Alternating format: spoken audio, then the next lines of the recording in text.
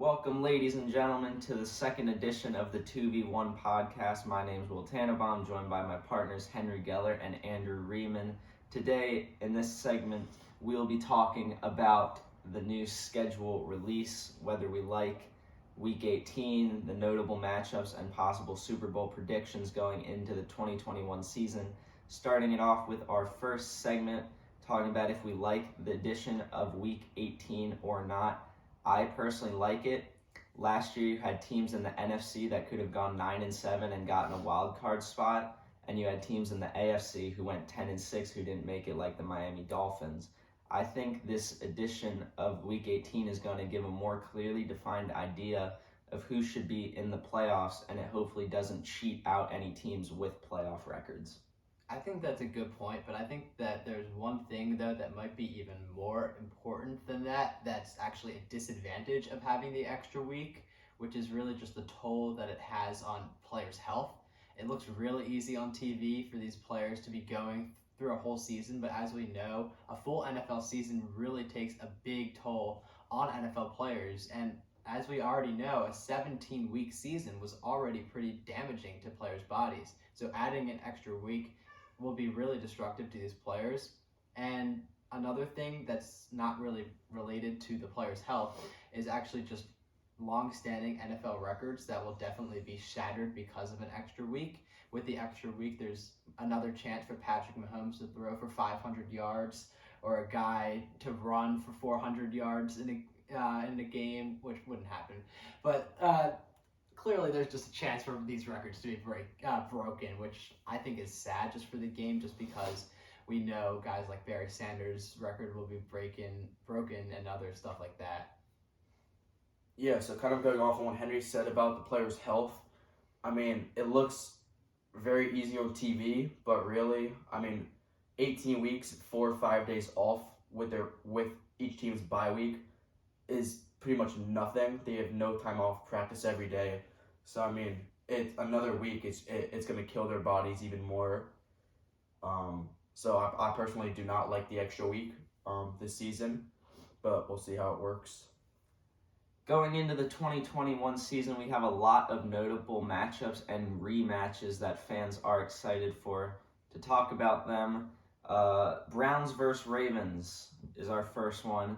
No one has forgotten about that big game last year, possibly the most exciting game of the 2020 season. Lamar coming out of the locker room to save the day with a Hollywood Brown touchdown when Trace McSorley goes down, possibly saved their playoff chances. Two amazing run-heavy teams. You got Nick Chubb and Kareem Hunt going up against J.K. Dobbins and Gus Edwards. Both very probable playoff contenders, a division rivalry, and personally I think it comes down to another Justin Tucker game winner. Another Ravens notable matchup is the Ravens versus Chiefs. Lamar hoping to finally defeat Patrick Mahomes. He's 0-3 against him, but Lamar has never played a game in his home stadium full of fans against Patrick Mahomes, and we know how good Lamar is against feeding off of all that energy. I think a couple keys going into this one. You saw last year Mahomes was able to make these amazing throws when not getting pressured, and I think that's huge this year. You have to get pressure on Mahomes. You have to make him uncomfortable, and you got to get ahead early. You got to get the momentum on your side. If you're playing catch-up against the Chiefs, that's not a recipe for success, and you got to stick to your game. The Ravens are a run-heavy team. I love Lamar, but Patrick Mahomes is a better passer, has a better wide receiving core, and you're not going to beat the Chiefs by outpassing them. You have to outrun them, and you have to expose their run defense. Just sticking with the theme of Ravens, Browns, Chiefs rematch. The Browns and Chiefs are getting a rematch week 1. This is a rematch of the divisional playoff game that featured a Chiefs last-minute win against the Browns where Chad Henne rolled out and threw a pass that no one saw coming to Tyreek Hill, which was a great game. That was a classic playoff game. And this will be a very interesting rematch just because of the fact that both of these teams have gotten much better over the last season. The Chiefs have bolstered their offensive line, which we saw was a problem for them by adding former Ravens tackle Orlando Brown. And the Browns have really just gotten better all around. They nailed it in free agency in the draft. And that'll be a real test to see if the Browns are legit contenders like people have been saying. I think that it'll be a really close game. I think, as Will said, with other Ravens and Chiefs games, this will be a high-scoring game just because of the two teams and their offense capability. I think that Kareem Hunt and Nick Chubb are going to play really well against the Chiefs, and also Patrick Mahomes is obviously going to play really well against the Browns. And if I had to do a score prediction, I'd say the Chiefs squeak it out 37-34, but don't count the Browns out on this one just because of how much better they got over the past offseason. Yeah, so kind of going off the Browns, Ravens, Chiefs pattern, I think Week 4 has one of the most hyped games. I think going into the season, with Tom Brady and Gronk going back to the Patriots. I think no matter what team Tom Brady is on, he will always be known as a Patriot. After winning 6 out of his 7 Super Bowls there, it will be the first time that Brady and Gronk return to the Patriots since Gronk retired and since Brady left to go play in Tampa Bay. It will also be the first time Gronk gets a chance to see Bill Belichick after not seeing him with his retirement in 2019. And it could also be a record-breaking game, being that if Tom Brady wins, he will be one of a small sum of QBs to beat every other team in the league, which I think is a pretty big accomplishment, seeing that only a few other QBs actually achieved that. So my score prediction for that game is Brady and the Bucs will defeat the Patriots 30-24 in a close game. So, yeah, we have a lot of these interesting games, and I think that another interesting thing that we see, there's a lot of Super Bowl possible previews in these games. There's a lot of good teams playing other good teams. So, Will, how about you start us out? Do you have a game that you see as a potential Super Bowl preview? I agree, Henry. The one that stands out to me the most is the Bills versus Buccaneers. The Bills have looked so much like a Super Bowl offense since Josh Allen, and I think this year could finally be the year that they finally get there. And I think that the Buccaneers run it back. You heard what Brady said. He's the GOAT for a reason. He said they were going to get to the Super Bowl last year. They did, and they said they were running it back. I think that's going to happen.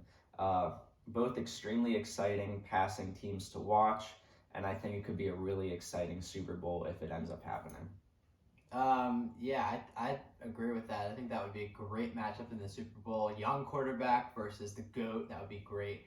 One other thing that I was thinking, another young quarterback versus a GOAT, not the GOAT, but the Ravens versus the Packers. If Aaron Rodgers stays on the Packers, so this is a bold take because of that, there's so much uncertainty there. But if Rodgers comes back, he would add to a very good Packers team. We saw the offense last year. They were pretty unstoppable. And then remember, the Packers added to their secondary by drafting Stokes in the first round to hopefully avoid what happened in the NFC Championship last season with Scotty Miller completely torching the defense. So I think that team is pretty complete. They have that offense, they have the defense, they have a pass rush. So I think that would be, if Rodgers stays, a very legitimate Super Bowl preview. Heading into our next segment, we're going to predict the Ravens and Steelers record predictions. I'm going to start us off. I think the Ravens go 12-5. I think they play so many difficult teams. Here's the teams I think they lose to. I think, as history has shown, the Ravens, Steelers, they tend to split. I think they would have split last year if they weren't playing the Ravens practice squad. Yep. But, under the circumstances, so I think they split. I also think that is with the Browns. I think the Ravens definitely are going to get one. John Harbaugh has owned that franchise for a while. I think they get one, but I also think the Browns are just an amazing team, and it seems unlikely that the Ravens sweep them in the regular season.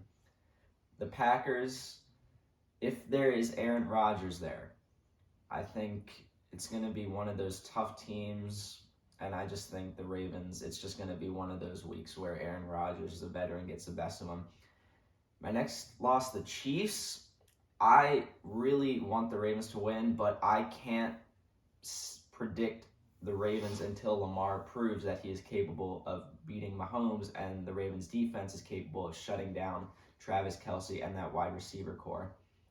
And I also think the sleeper, the Dolphins, I think that they have a very good young team, and these Ravens, look at them last year. No one thought they were going to lose to the Patriots, but ended up getting run all over by Damian Harris, a guy no one really knew about until the season, like midway through the season.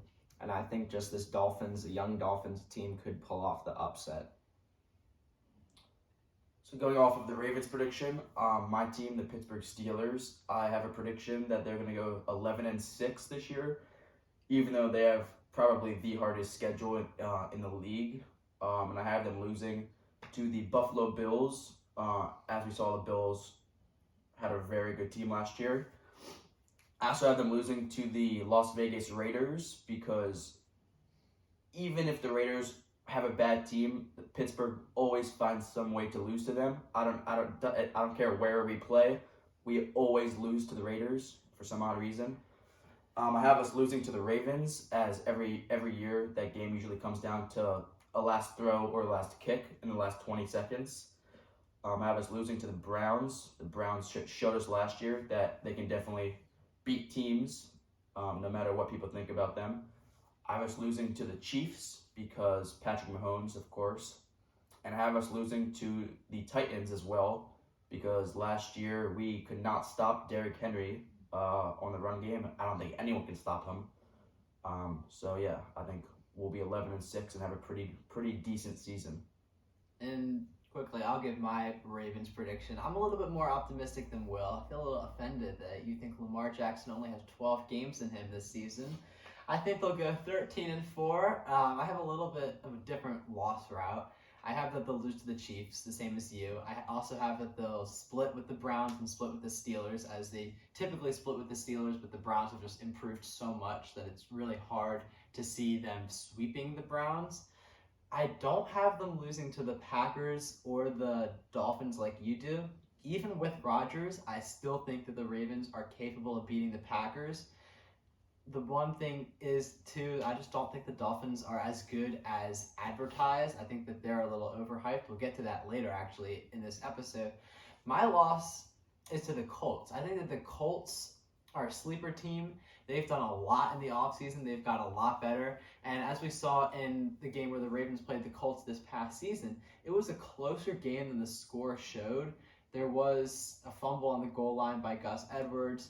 There was that play where Chuck Clark returned the touchdown. So there was a lot of stuff in there that sort of changed the score a little bit. But I think that the Colts are becoming a more legit contender in the AFC. I think the Colts are going to be a pretty good team this year. And I think that that might be one of the surprise losses for the Ravens. You got to keep in mind, though, with the Colts, they don't have the veteran Phillip Rivers anymore. He's gone. That's true. They have a great defense, the Colts, but we don't know yet. We'll have to see how Carson Wentz fits in that system, and if he still has that possible MVP candidate, or if his career has just gone downhill since that 1 year. Even if Carson Wentz is playing like 2020 Carson Wentz, the Colts have a very elite defense.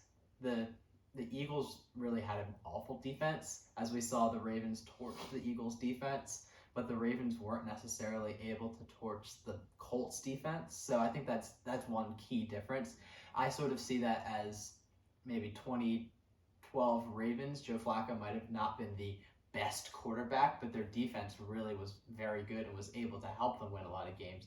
Even going back to the 2000 Ravens, that was very evident with the quarterback there, and their defense was very good. Trent Dilfer was the quarterback then.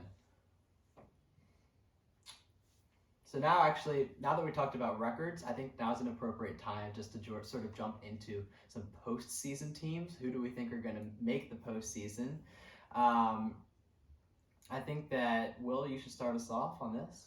I'll start us off. I have the Ravens and Browns running it back. Same with the Chiefs and Bills. Titans, I see them making the postseason as long as Derrick Henry's there. There's not a team that can consistently stop Derrick Henry. And I don't necessarily know that they'll go deep in the playoffs, but I think that I think they're good to get there. I think the Dolphins have made enough improvements since last year. They got kind of cheated out last year.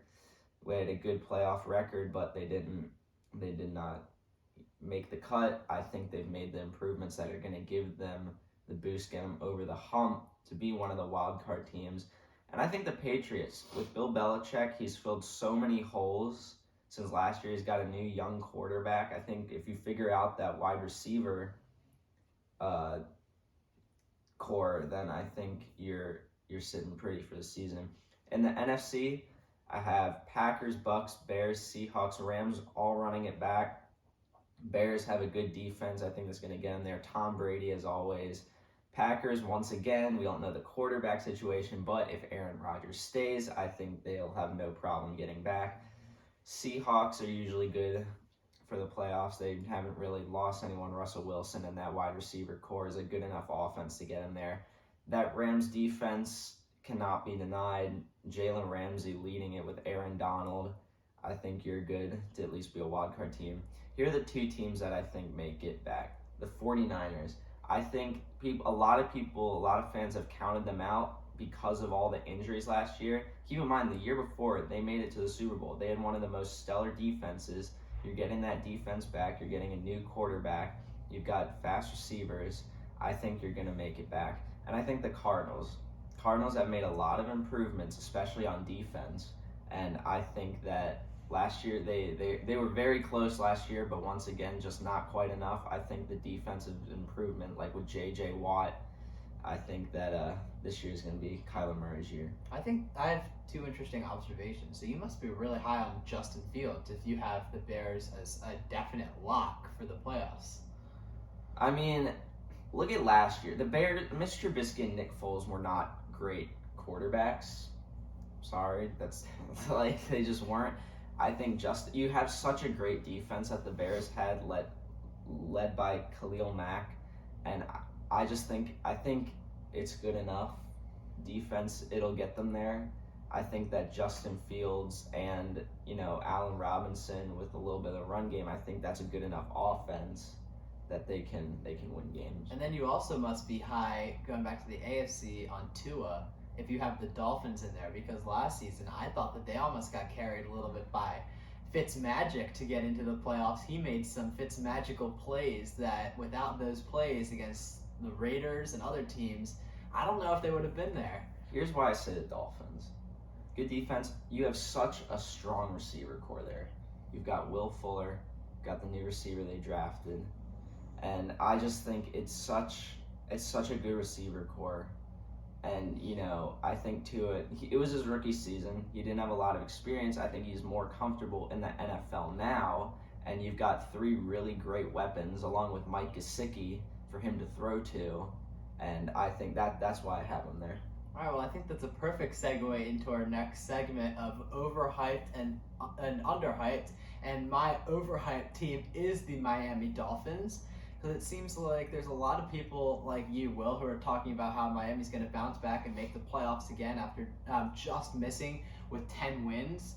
But I just don't really see that happening because the free agency wasn't great. They're letting Kyle Van Noy walk, and they're still paying him a lot of money. Ryan Fitzpatrick is with Washington now, and a lot of the reason why they were in the playoffs, as I just mentioned, was his Fitzmagical moments.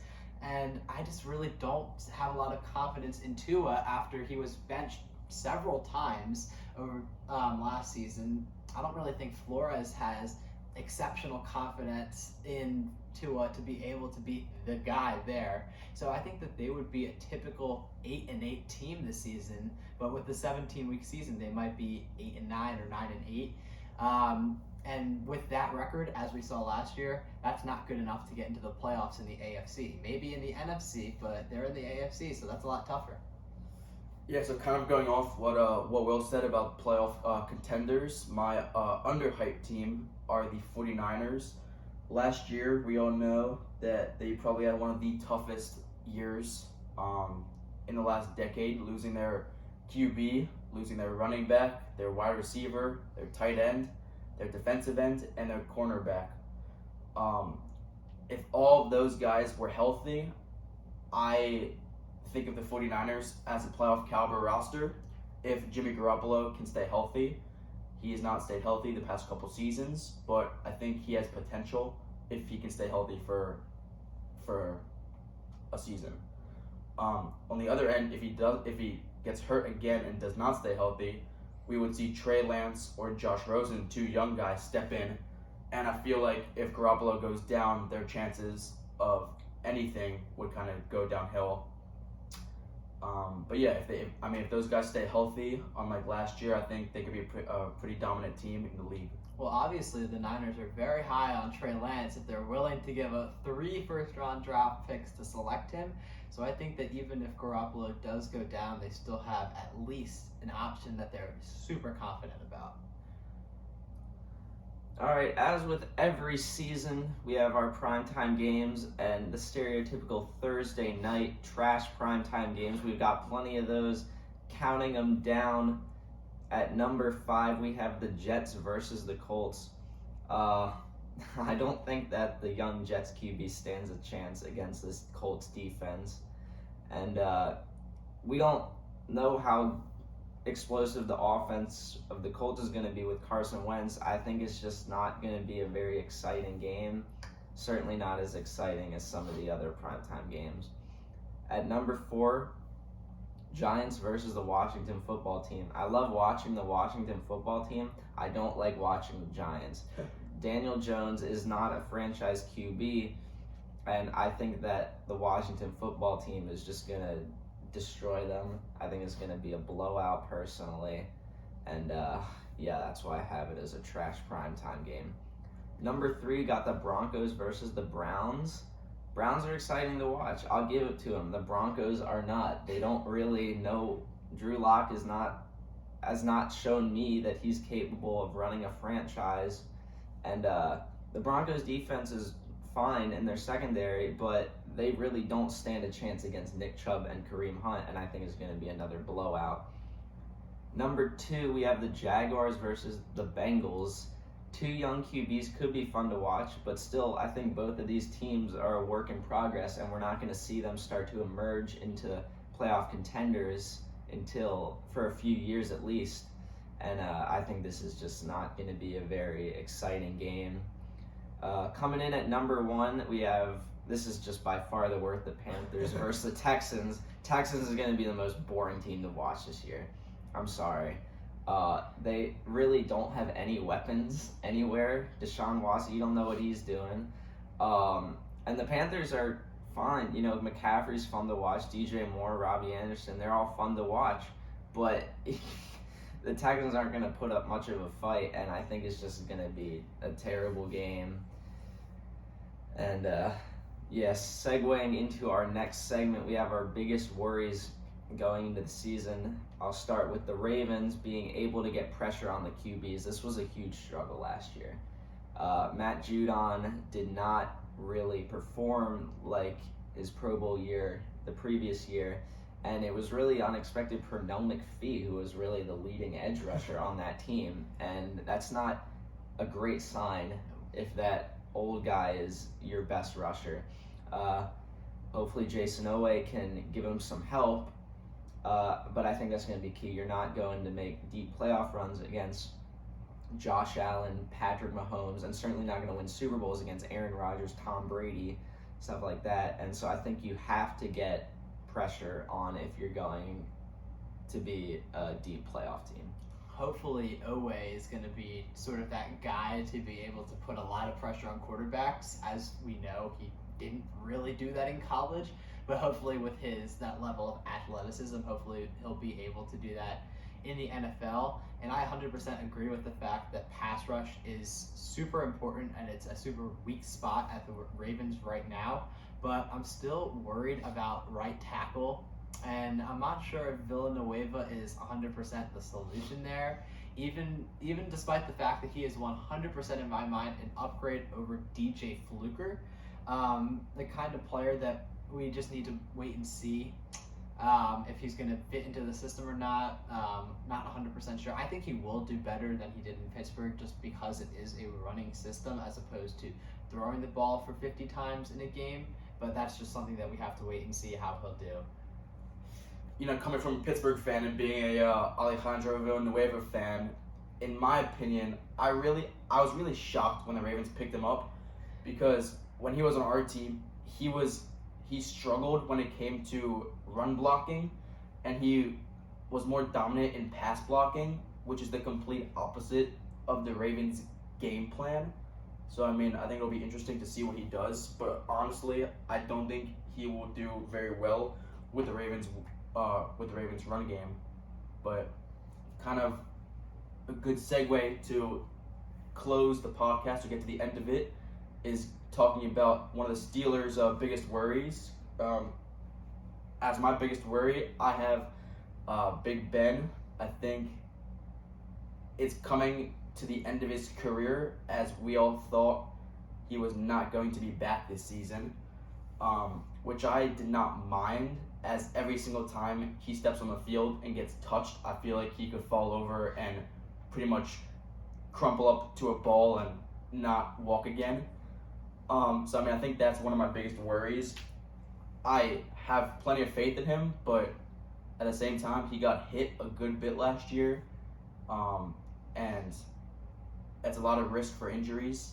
So I mean, I think it'll be interesting to see if the O-line can protect him. I think if they can, we should see a pretty good season out of Big Ben. But if not, and he starts taking hits like last year and like a few years ago, I mean, I feel like it could go downhill for him. But it could be his last season, so we should see how it goes. This goes back to what we were talking about in our first episode about your draft class. Ben got hit a lot last year, and the Steelers really did not address that O-line until later in the draft. And I think that's going to show up in this season to come. That's going to conclude our second podcast. Thank you all for tuning in. We upload 2 episodes a week. I'm Will Tannenbaum with Henry Geller and Andrew Riemann, and thank you for listening. We will see you in the next episode.